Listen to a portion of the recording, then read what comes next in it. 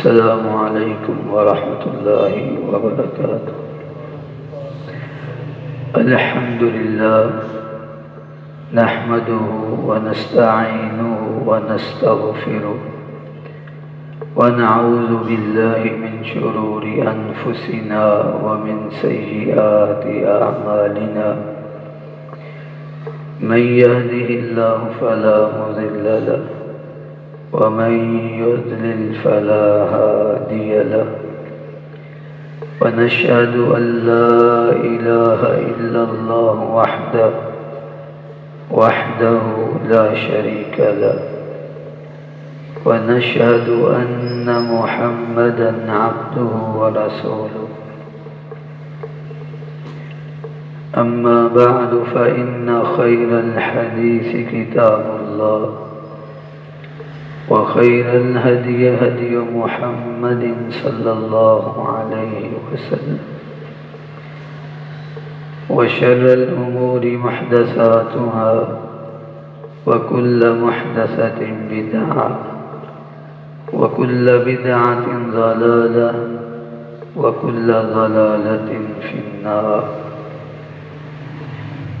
يا أيها الذين آمنوا اتقوا الله حق تقاته ولا تموتن إلا وأنتم مسلمون. يا أيها الناس اتقوا ربكم الذي خلقكم من نفس واحدة وخلق منها زوجها وبث منهما رجالا كثيرا ونساء، واتقوا الله الذي تساءلون به والأرحام إن الله كان عليكم رقيبا. يا أيها الذين آمنوا اتقوا الله وقولوا قولا سديدا يصلح لكم أعمالكم ويغفر لكم ذنوبكم، ومن يطع الله ورسوله فقد فاز فوزا عظيما. اللهم صل على محمد وعلى آل محمد. أعوذ بالله السميع العليم من الشيطان الرجيم. وما تقدموا لأنفسكم من خير تجدوه عند الله.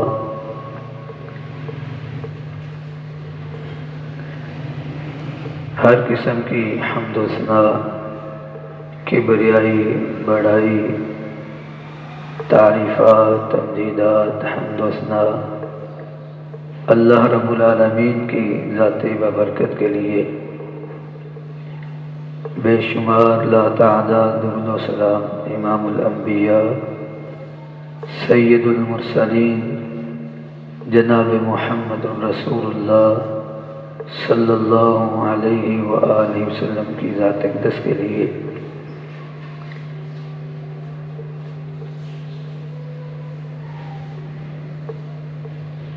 انسان کی فطرت میں خوش ہونا، غمگین ہونا، پریشان ہونا، یہ مزاج، یہ طبیعتیں، یہ کیفیتیں اللہ رب العزت نے پیدا فرمائی ہیں.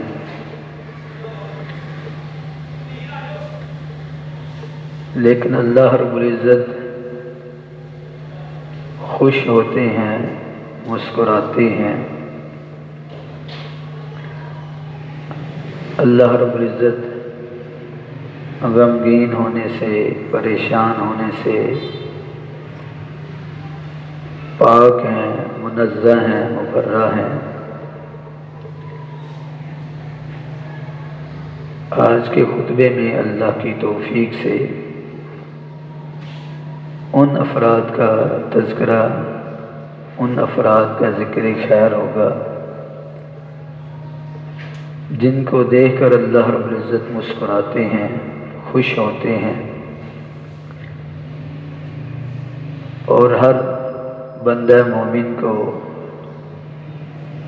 ہمیشہ اس کوشش میں رہنا چاہیے کہ میں ہر وہ عمل کروں جس سے میرا رب راضی ہو جائے، میرا رب مجھ سے خوش ہو جائے۔ تو یقیناً اللہ سے توفیق مانگنی چاہیے اور اپنے اندر ایسے اعمال، ایسی صفات پیدا کرنے کی کوشش میں رہنا چاہیے، کیونکہ جو کوشش کرتا ہے وہ پا لیتا ہے، اور جو اللہ کو پانے کے لیے کوشش کرے گا یقیناً اسے اللہ ضرور ملیں گے۔ تو وہ افراد، وہ اعمال جن کے کرنے سے اللہ رب العزت خوش ہوتے ہیں، سب سے پہلا عمل عقیدہ توحید پر قائم اور دائم رہنا ہے۔ توحید پرست ہونا، شرک و کفر سے، بدعات سے، خرافات سے اپنے دامن کو محفوظ رکھنا، یہ دنیا آخرت کی سعادت مندی ہے۔ جس نے توحید کو پہچان لیا اس نے اپنے خالق و مالک کو پہچان لیا، اور جو توحید نہ پہچان سکا وہ چاہے دنیا جہان کے علوم و فنون سیکھ لے، وہ اللہ کی معرفت، اللہ کی پہچان سے عاری ہے۔ تو اللہ تعالیٰ سے دعا کرنی چاہیے، اللہ مجھے، آپ کو، ہم سب کو اپنی پہچان نصیب فرما دے،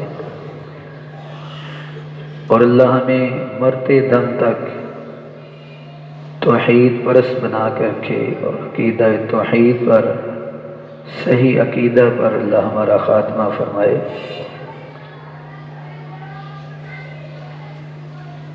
کتب احادیث میں یہ حدیث بڑی مشہور ہے، بخاری، مسلم، ترمذی، نسائی، مسند احمد، بہت سی کتابوں میں یہ حدیث موجود ہے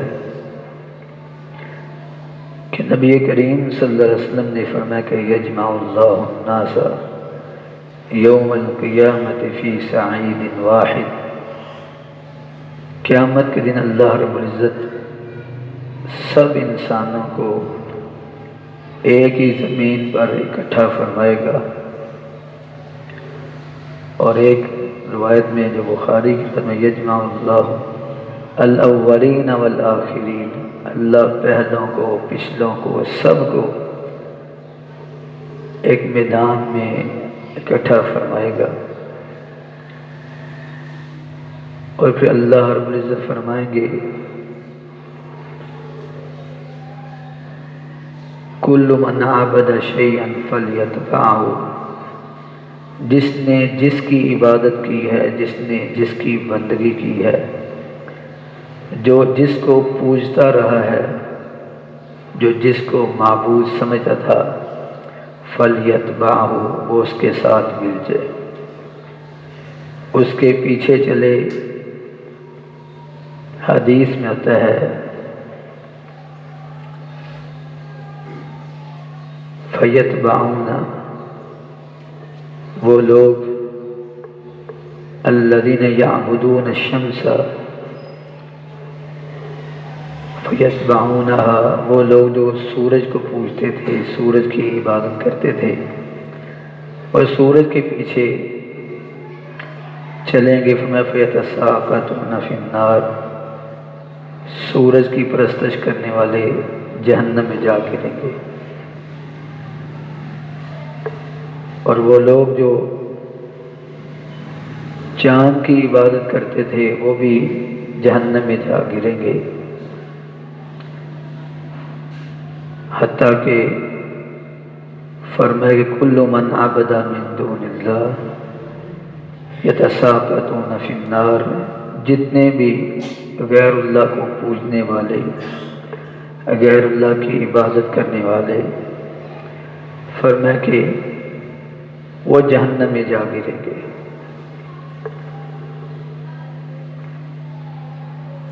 حدیث میں آتا ہے نبی کریم صلی اللہ علیہ وسلم کہ فَيَبْقَى الْمُؤْمِنُونَ، اہل ایمان، مومن لوگ، توحید پرست لوگ، صحیح عقیدے کے حامل، جو صرف اور صرف اللہ کی عبادت کرتے تھے، ایک اللہ کے سامنے جھکتے تھے،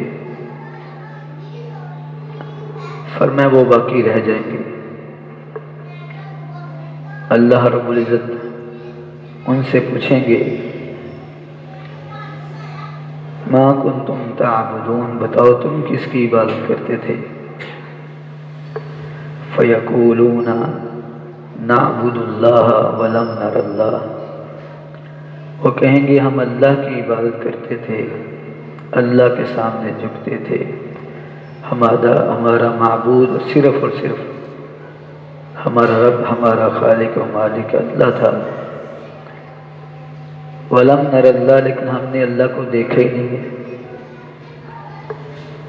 کیونکہ جو جس کی عبادت کرتا تھا وہ تو اس کے ساتھ جا ملا، لیکن ہم تو اللہ کی عبادت کرتے تھے لیکن ہم نے اللہ کو دیکھا نہیں تھا۔ تو حدیث میں آتا ہے نبی کریم صلی اللہ علیہ وسلم کہ فَيُكْشَفُ عَنْ سَاقٍ، اللہ رب العزت اپنی پنڈلی مبارک سے پردے ہٹائیں گے نور کے، اور مسند احمد کی روایت فَيَتَجَلَّى لَنَا رَبُّنَا ضَاحِكًا، جب توحید پرستوں کی یہ بات اللہ رب العزت سنیں گے نا تو اللہ مسکرا پڑیں گے اور اللہ اپنے بندوں کے سامنے آ جائیں گے۔ تو فرمایا کہ فَكُلُّ مَنْ كَانَ يَسْجُدُ لِلَّهِ فَلَا يَبْقَى مَنْ كَانَ يَسْجُدُ لِلَّهِ إِلَّا خَرَّ سَاجِدًا، جو بھی اللہ کو سجدہ کرنے والا تھا دنیا کی زندگی میں، وہ سب اللہ کے سامنے سجدے میں پڑ جائیں گے، کوئی بھی نہیں باقی بچے گا، سب اللہ کے سامنے سجدہ ریز ہو جائیں گے۔ اور قرآن کریم میں اللہ رب العزت نے اس چیز کو بڑے واضح انداز میں بیان کیا کہ یوم یکشف عن ساق ویدعون الی السجود فلا یستطیعون، قیامت کا دن ہوگا، اللہ رب العزت اپنی پنڈلی سے پردہ ہٹائیں گے تو اللہ کے بندے توحید پر سجدے میں جا گریں گے، لیکن جنہوں نے بھی غیر اللہ کو پوجا، غیر اللہ کے سامنے سجدہ ریز ہوتے رہے، فرمایا فلا یستطیعون، اس سجدے کی طاقت نہیں رکھیں گے۔ اور حدیث میں آتا ہے نبی کریم صلی اللہ علیہ وسلم نے فرمایا کہ اللہ ان کی ریڑھ کی ہڈی کو ایک طبقہ بنا لیں گے، کہ ریڑھ کی ہڈی میں چھوٹے چھوٹے طبقے ہوتے ہیں جسے انسان جھکتا ہے، جسے مورے بھی آپ کہتے ہیں، وہ ریڑھ کی ہڈی ایک ہی ہڈی بن جائے گی، ان کو سجدہ کرنے کی توفیق ہی نہیں اللہ دے گا۔ اما فیخرون علی کفاہم، وہ اپنی پیٹھ کے بل جا گریں گے۔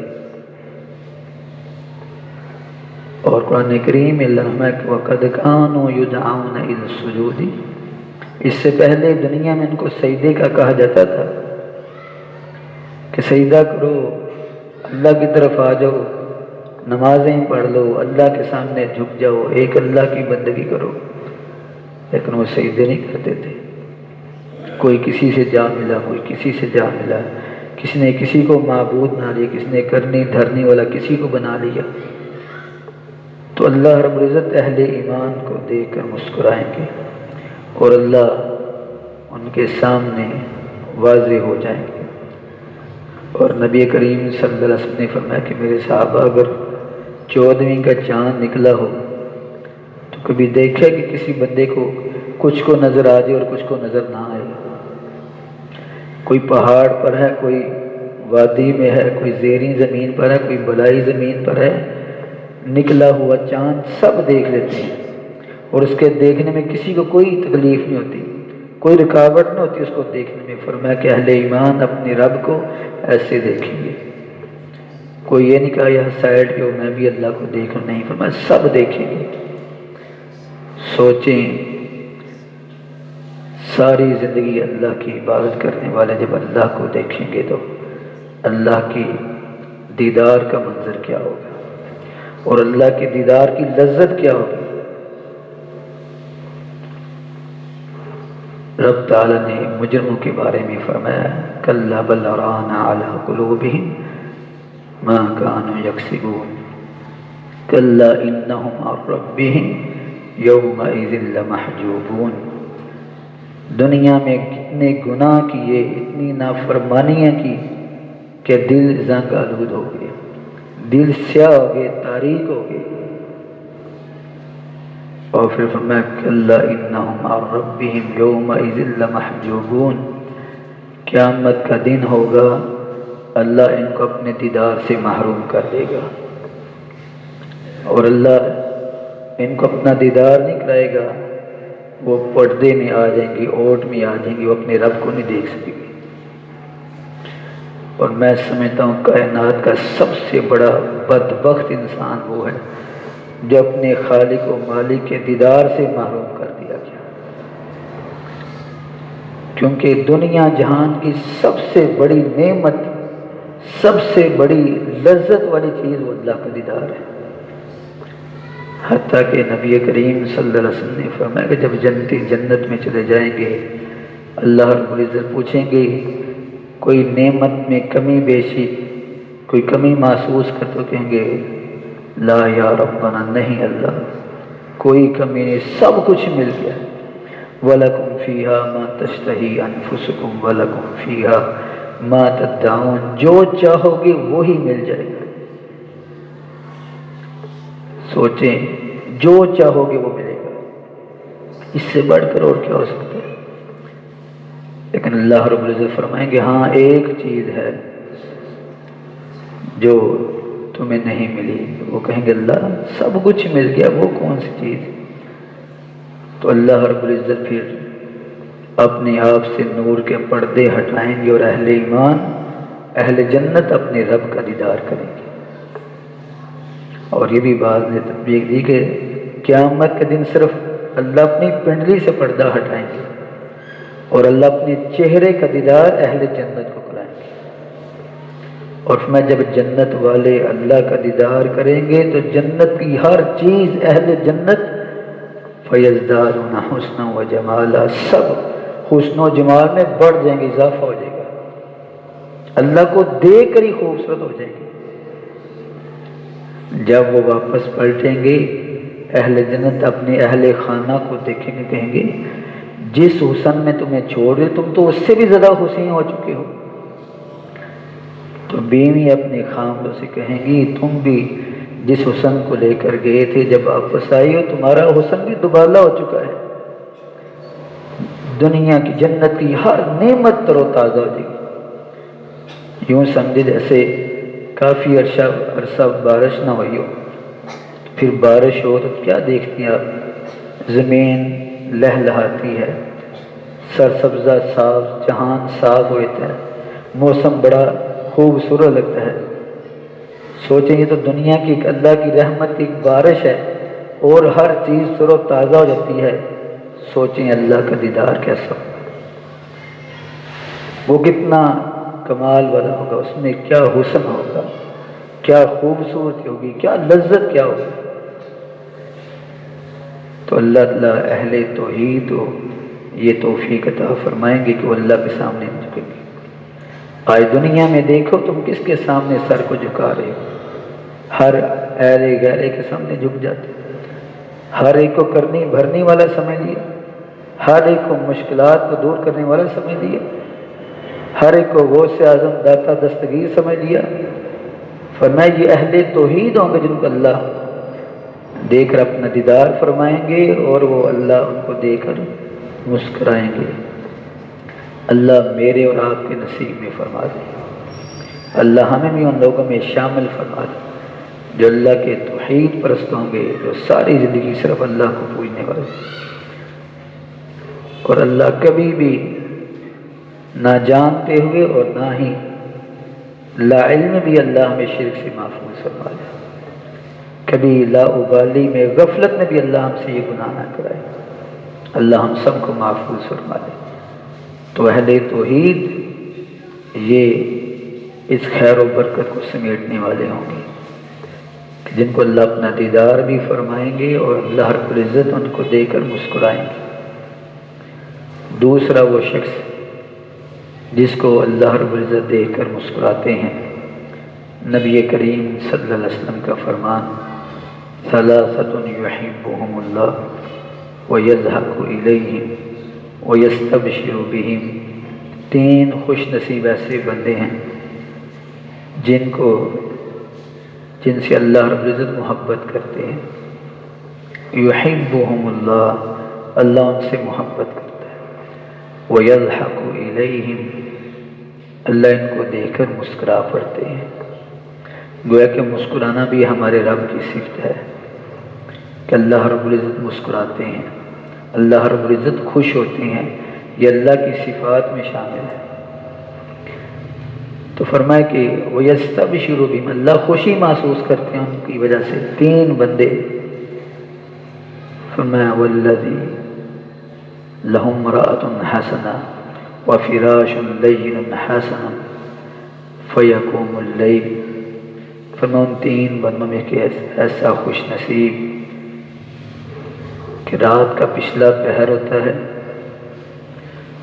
اللہ نے خوبصورت بیوی بھی دے رکھی ہے، بستر بھی نرم ہے، اور بڑا لباس، کھانا پینا پہنا، بستر، ہر چیز، نعمتوں کی فراوانی، ہر چیز ہے، لیکن ساری نعمتیں چھوڑ کر اللہ کے سامنے قیام اللیل کرتا ہے،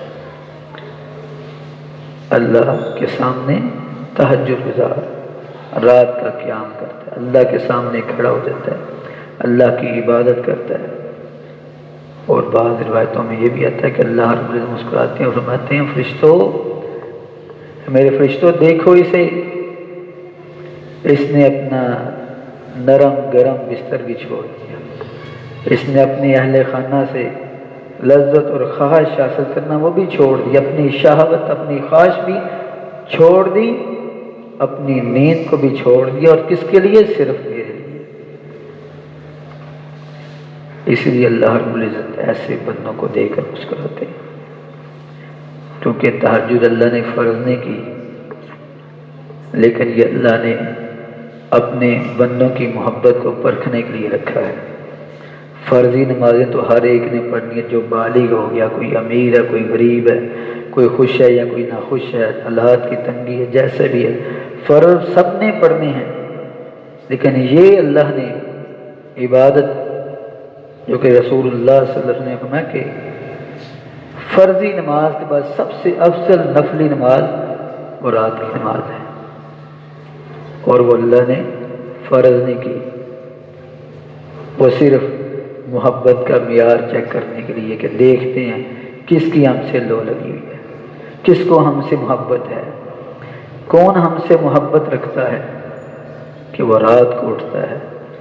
اس لیے نبی کریم صلی اللہ علیہ وسلم کے پاس جبریل امین ہے، مستدرک حاکم کی روایت ہے، اور کہیں گے یا محمد صلی اللہ علیہ وسلم، اے اللہ کے نبی صلی اللہ علیہ وسلم، عش ما شئت فإنک میت، آپ جتنی مرضی زندگی گزار لیں آخر موت ہے، وَأَحْبِبْ مَنْ شِئْتَ فَإِنَّكَ مُفَارِقُ، جس سے مرضی محبت کر لیں، تعلقات بنا لیں، آخر چھوڑنا ہے، آخر جدائی ہے۔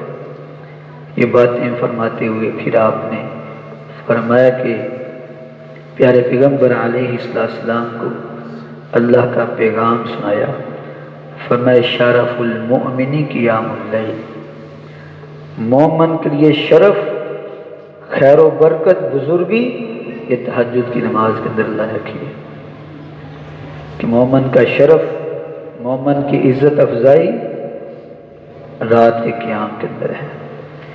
وَعِزُّهُ اسْتِغْنَاؤُهُ عَنِ النَّاسِ، اور مومن کی عزت اللہ نے اس چیز میں رکھی ہے کہ وہ لوگوں سے مستغنی ہو جائے، لوگوں سے بے پرواہ ہو جائے، ہر وقت اپنے رب کے سامنے اپنی محتاج کی پیش کرے۔ جو لوگوں سے بے پرواہ ہو جائے گا وہ مومن عزت پالے گا، اور جو مومن تہجد گزار بن جائے گا وہ اللہ کے ہاں شرف اور بزرگی کو پالے گا۔ اس لیے جتنے بھی اللہ کے نبی تھے سب تہجد گزار تھے. یہ تہجد سب اللہ کے نبی ادا کیا کرتے تھے. تو اس لیے یہ نماز اللہ نے فرض نہیں کی، لیکن اس میں خیر و برکت بڑھی ہے. اس کے اندر اللہ نے جو فضیلت رکھی ہے، جو خیر رکھی ہے، وہ آپ سوچ بھی نہیں سکتے. تو فرمایا کہ 3 بندے جن کو دیکھ کر اللہ رب العزت جن سے محبت کرتے ہیں اور پھر ان کو دیکھ کر مسکراتے ہیں اور خوش ہوتے ہیں، ان میں سے ایک آدمی تہجد گزار ہے. اور پھر نبی داؤد کی روایت ہے، نبی کریم صلی اللہ علیہ وسلم نے فرمایا کہ لکل امت اشراف، ہر امت اندر باشرف معزز لوگ ہوتے ہیں. واشراف امتی اہل التہجد و اہل القرآن، اور میری امت کے باشرف معزز لوگ اس امت کے کون لوگ ہوں گے؟ جو تہجد گزار ہوں گے. اور دوسرے جو اہل قرآن ہیں، حافظ قرآن ہیں، قرآن کریم سے دوستی لگانے والے، قرآن کریم کو کثرت سے پڑھنے والے، فرنا وہ میرے اس امت میں معزز لوگ ہوں گے. اور اگر بندہ حافظ قرآن اور پھر تہجد گزار ہو، یہ تو پھر نور علی نور ہے، یہ تو خیر ہی خیر ہے. ان ناشئۃ اللیل ہی اشد وطئا واقوم قیلا. اللہ نے فرمایا رات کا اٹھنا یہ خواہشات کو دبانے کے لیے بڑا مفید ثابت ہوتا ہے. جو شخص یہ چاہتا ہے کہ اپنے آپ پر قابو پا لے، اپنی خواہشات پر قابو پا لے، وہ تہجد گزار بن جائے. وہ اقوام قیلا، اور جو یہ شخص چاہتا ہے کہ ہمیشہ سمجھدار بن جائے، سمجھداری والی باتیں کریں اور فہم و فراست، حکمت و دانائی کا مالک بن جائے، وہ تہجد گزار بن جائے. اس لیے جتنے بھی انبیاء ہوتے تھے وہ فہم و فراست کے مالک ہوتے تھے. جتنے بھی انبیاء ہوتے تھے سب سے زیادہ اپنے آپ پر قابو پانے والے ہوتے تھے، کیونکہ وہ تہجد گزار ہوتے تھے. تو اللہ ہمیں یہ نعمت عطا فرمائے کہ ہم تہجد پڑھیں. زیادہ نہیں، آپ کوئی ڈیوٹی کرتے ہیں، ملازم ہے، تو 2 نفل پڑھ کے 1 وتر پڑھ لی کریں. 2 نفل پڑھے 3 وتر پڑھ لیے، پڑھیں ضرور. جب اللہ زیادہ کا موقع دے گا پھر زیادہ پڑھنی شروع کر دیں. اور یہ وہ نماز کے اللہ کے رسول سفر میں بھی پڑھتے تھے. حالانکہ سفر میں فرضی نماز بھی یاد ہو جاتی ہے، سنتے معاف ہو جاتی ہیں، لیکن اللہ کے رسول سفر میں بھی تہجد پڑھتے تھے. تو اس لیے اللہ ہمیں یہ خیر و برکت سمیٹنے کی توفیق عطا فرمائے. اگر ہم میں سے کوئی تہجد گزار نہیں تو کوشش کرے تہجد گزار بن جائے. اور میں کہتا ہوں یہ تو وقت ہی ایسا ہوتا ہے کہ اللہ نے نا کوئی خاص پیکج لگایا ہوتا ہے. جتنا مرضی بندہ گنہگار ہو، صحیح نماز نہ پڑھنی آتی ہو، اس وقت اسے بھی سکون اور راحت محسوس ہوتی ہے. ان قرآن الفجر کان مشہودا، تہجد کا ٹائم ہوتا ہے، فجر کا وقت قریب ہوتا ہے. فرمایا آسمان سے کتاروں کی کتار فرشتے اترے ہوتے ہیں، اور جو قرآن پڑھ رہا ہوگا فرمایا اس وقت فرشتے حاضر ہوں گے، قرآن سنیں گے. اس لیے رسول اللہ صلی اللہ علیہ وسلم کے صحابہ تہجد گزار تھے. جس صحابی کے دروازے سے گزرتے تھے اس گھر سے قرآن پڑھنے کی آوازیں آتی تھی. تیسرے وہ افراد جن سے اللہ رب العزت محبت کرتے ہیں وہ لوگ ہیں جو اللہ کی راہ میں خرچ کرتے ہیں، دوسروں کو اپنے اوپر ترجیح دیتے ہیں، اپنی ضرورت کو چھوڑ کے دوسرے کی ضرورت کا خیال رکھتے ہیں. نبی کریم صلی اللہ علیہ وسلم تشریف فرما تھے. ایک آدمی آیا اور اس نے کہا اللہ کے رسول کہ بڑی حالات کی تنگی ہے، کھانے پینے کے لیے بھی کچھ نہیں، اور میں آج آپ کا مہمان بن کر آیا ہوں. نبی کریم صلی اللہ علیہ وسلم نے اپنی ازواج مطہرات کے پاس پیغام بھیجا کہ کھانے کے لیے کوئی چیز ہے تو بھیجی جائے. ایک کے پاس، دوسری کے پاس، تیسری کے پاس، ایک کے بعد دیگرے سب بیویوں کے پاس سے پتہ کروایا، کسی کے گھر میں کچھ نہیں تھا کھانے کے لیے. فلم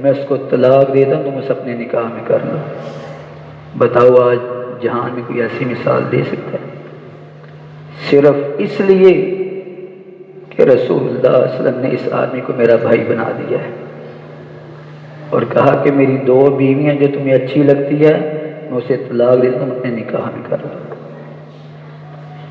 اور جس کو بھائی بنایا وہ بھی کیسے لوگ تھے، کہنے لگے حضرت الرحمن بارک اللہ فی اہلک و مالک، ساتھ اللہ تیرے مال میں تیرے اہل میں اللہ برکتیں نازل فرما دے، مجھے کچھ نہیں چاہیے، مجھے بس بازار کا راستہ بتا دو، میں محنت مزدوری کروں گا۔ آج کہاں سے ایسی مثالیں ملتی ہیں جو رسول اللہ صلی اللہ علیہ وسلم کے صحابہ نے قائم فرما دی۔ صبح ہوئی تو رسول اللہ صلی اللہ علیہ وسلم کے پاس پہنچے، رسول اللہ صلی اللہ علیہ وسلم نے کہا لقد ضحک اللہ من فلان و فلانا، میرے صحابہ آج رات اللہ ان دونوں کو دیکھ کر مسکرائے، حضرت ابو طلحہ انصاری رضا کو دیکھ کر حضرت ام سلیم کو، کہ اپنے بچوں پر اپنی جانوں پر مہمان کو ترجیح دی، وَيُؤْثِرُونَ عَلَىٰ أَنفُسِهِمْ وَلَوْ كَانَ بِهِمْ خَصَاصَةٌ۔ آج کہاں سے ایسی بیویاں ملتی ہیں، کہاں سے ایسے ساتھی ملتے ہیں کہ جو دوسروں کی تنگیوں کو، دوسروں کی پریشانی کو اپنے اوپر ترجیح دینے والے۔ یہ مثال قائم کی تو رسول اللہ صلی اللہ علیہ وسلم کے گھر والوں نے، آپ کے شاگردوں نے، آپ کے اہل خانہ نے۔ حضرت بریرہ رضی فرماتی ہیں رسول اللہ صلی اللہ علیہ وسلم دنیا سے جا چکے تھے اور حضرت ام سلمہ رضی اللہ عنہ ام المؤمنین، مومنوں کی ماں حضرت ام سلمہ رضی اللہ عنہ، گھر میں ایک روٹی ہے اور روزہ رکھا ہوا ہے۔ فرماتے ہیں دروازے پر ایک سائل آ گیا، مانگنے والا آ گیا، ضرورت مند آ گیا، بھوکا آدمی تھا۔ حضرت ام سلمہ نے فرمایا یا بریرہ آتی ہی سائل، گھر میں کیا کہا کہ اماں جان صرف ایک روٹی گھر میں پڑی ہے، فرمایا وہ ضرورت مند کو دے دو۔ فرماتی میں سوچنے لگی کہ ام المومنین نے روزہ رکھا ہوا ہے اور افطاری کے لیے صرف ایک روٹی ہے اور وہ بھی کہہ رہی ہے ضرورت مند کو دے دو۔ کہتی میں بھی سوچ رہی تھی، فرمایا قومی فآتی، جاؤ اسے دے کر آؤ، کیا سوچ رہی ہو؟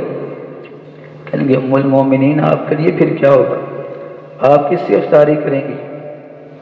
کہنے لگی ہماری افطاری ہمارا اللہ بندوبست فرما دے گا، ہماری افطاری کے لیے ہمارا اللہ بندوبست فرما دے گا۔